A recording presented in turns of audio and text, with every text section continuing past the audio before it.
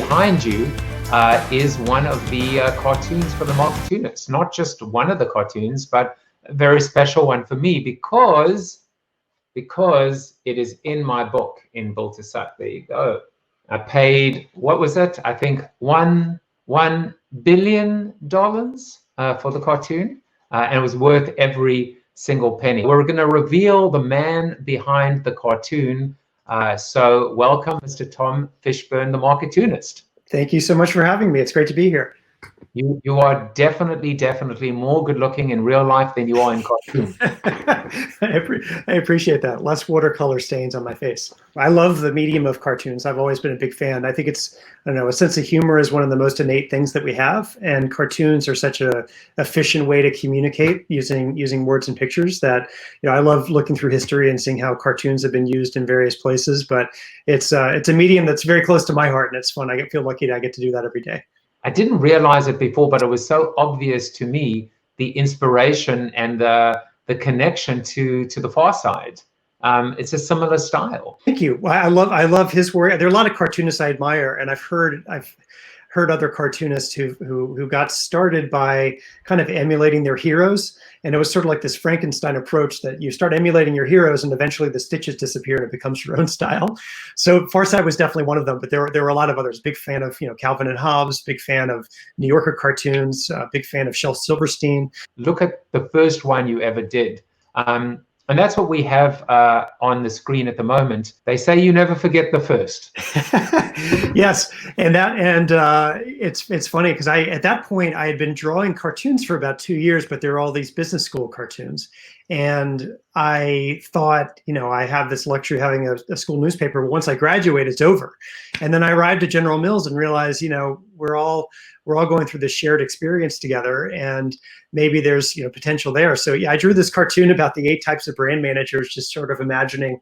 That one was actually inspired by Matt Groening, who was the creator of The Simpsons. But before that, he had this cartoon called Life in Hell, and a whole great, you know, hysterical series of books. And one of his books, you know, was about school in hell, and he had these different types of students that he was with. And I was kind of thinking about that, and I thought about this environment at General Mills where there are 35 associate brand managers or marketing managers who all started at the same time as me, and I thought it'd be fun to characterize them the same way. I guess I'm trying to work out.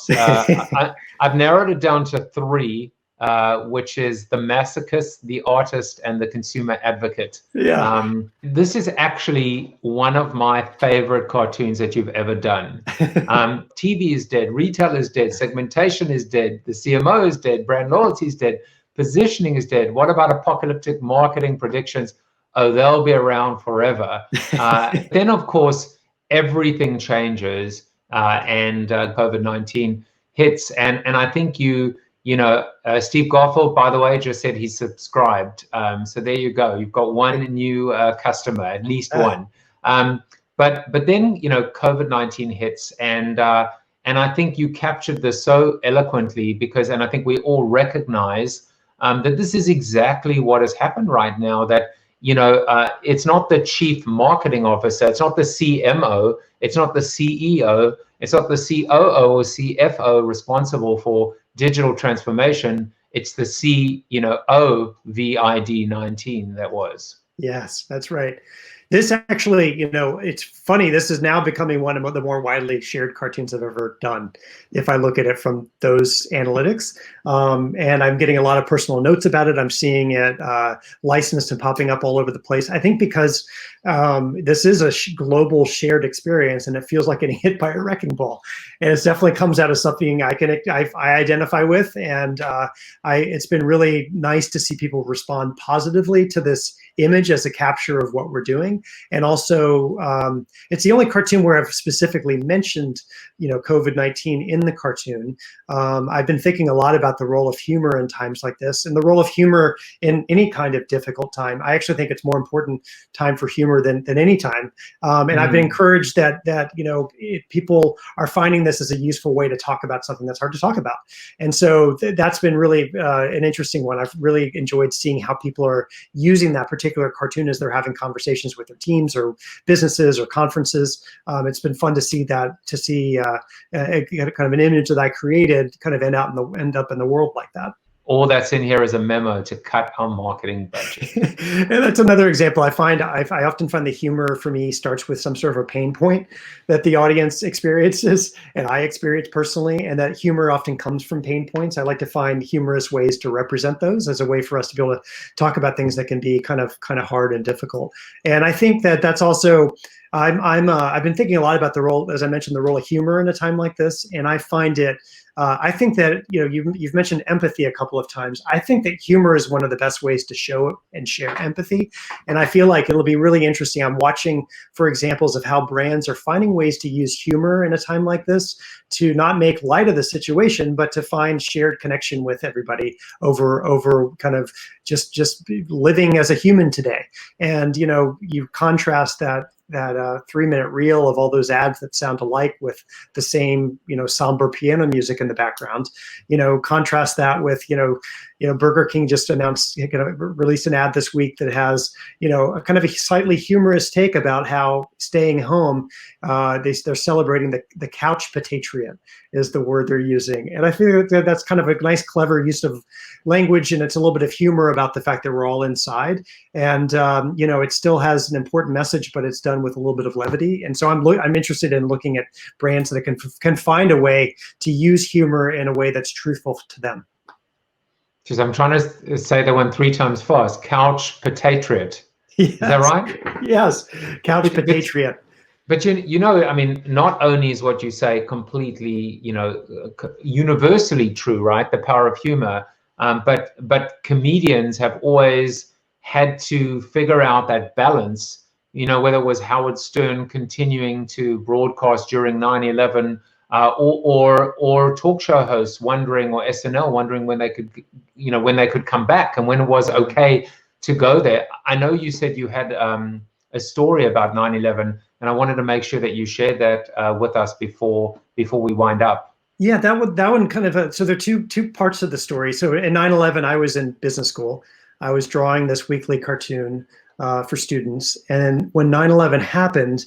The afternoon of 9/11, the editor of the student paper, sent me a note asking if I would draw a cartoon for a special edition on, September 12th. And I thought, what could I possibly draw in a moment like that? And I ended up creating an image. It didn't use humor, but it was about the shared connection. I drew this cartoon that had a central building on campus, and we were a very international school. We were 30% international, and we were all going through this shared experience together. So I drew this central building on campus that had all of these international flags at half-mast, kind of showing that we were all sort of grieving and going through this experience together. And the next day, the paper ran that as the principal image on the cover of the paper, because it explained something in pictures that was very hard to say in words. And obviously there's not humor in that, but for me as a cartoonist, it really solidified my interest in this way of communicating with people in this shared experience. But I have since studied what other kind of brands, what other cartoonists did around that time, and was really struck by the New Yorker. The New Yorker, has cartoons every issue. It's one of the most popular features of the magazine. Right after September 11th, they ran an issue, without cartoons. But then it became, what's the next thing that they do? And the first cartoon that they published was a Leo Cullum cartoon that had 2 people at a bar, and this woman, referring to this guy she's talking to and saying, "I never thought I would laugh again. And then I saw your jacket." And the guy has this really ridiculous car salesman-like jacket. And it was a reminder to me that that actually coming out of difficult situations is when we need more humor than ever, and finding ways to connect over shared experiences and humors can be a real positive thing to do. So I'm a big believer in it. I love one of the examples I've been studying lately is the cartoonist Bill Maudlin, who won the Pulitzer Prize for drawing cartoons literally from the trenches of World War II. And I feel like there's a model there for laughing in the trenches, finding humor in the trenches, that can be really useful in a time like this. You know, the memes that we all have seen about the time that we're in. You know, there's a reason for that, because we need some release mechanism through laughter. And I think it's an interesting reflection point for brands and marketers to think about. You know, are there places where we can find levity? You know, again, not making light of anything happening with COVID, but just finding shared humor in this situation that we're all in together. I think it's great. It reminded me of, you know, that old joke, which is, what's the absolute key to perfect comedy? Timing. You know. Yeah. So, well, clearly bad timing on my part, but yeah, I mean, timing, subtlety, empathy, care, context, and there is a sensitivity. That's the word that I kind of take away. Jan was actually just commenting on the New Yorker. If you want to hear the answer to the question, because Tom's not going to answer it now, come on into the Zoom room. We are going to be there in about 2 or 3 minutes. All you got to do is go to bits.ly/CoronaTV after show, and we will be there for about 15 minutes or so. Small amount of time today, because as usual, I went over, because as usual, I had a really interesting guest who, as usual, had very interesting things to say. So, Tom, I want to thank you for coming in. At the bottom of the screen, you can find out how you can engage with Tom, how you can find out more about his work. Go to Marketoonist.com. You can sign up for his newsletter, and you can order his book, which I have a copy of. Your ad ignored here. Thank you so much for coming in, Tom. Thank you so much for having me. It's great to have this conversation.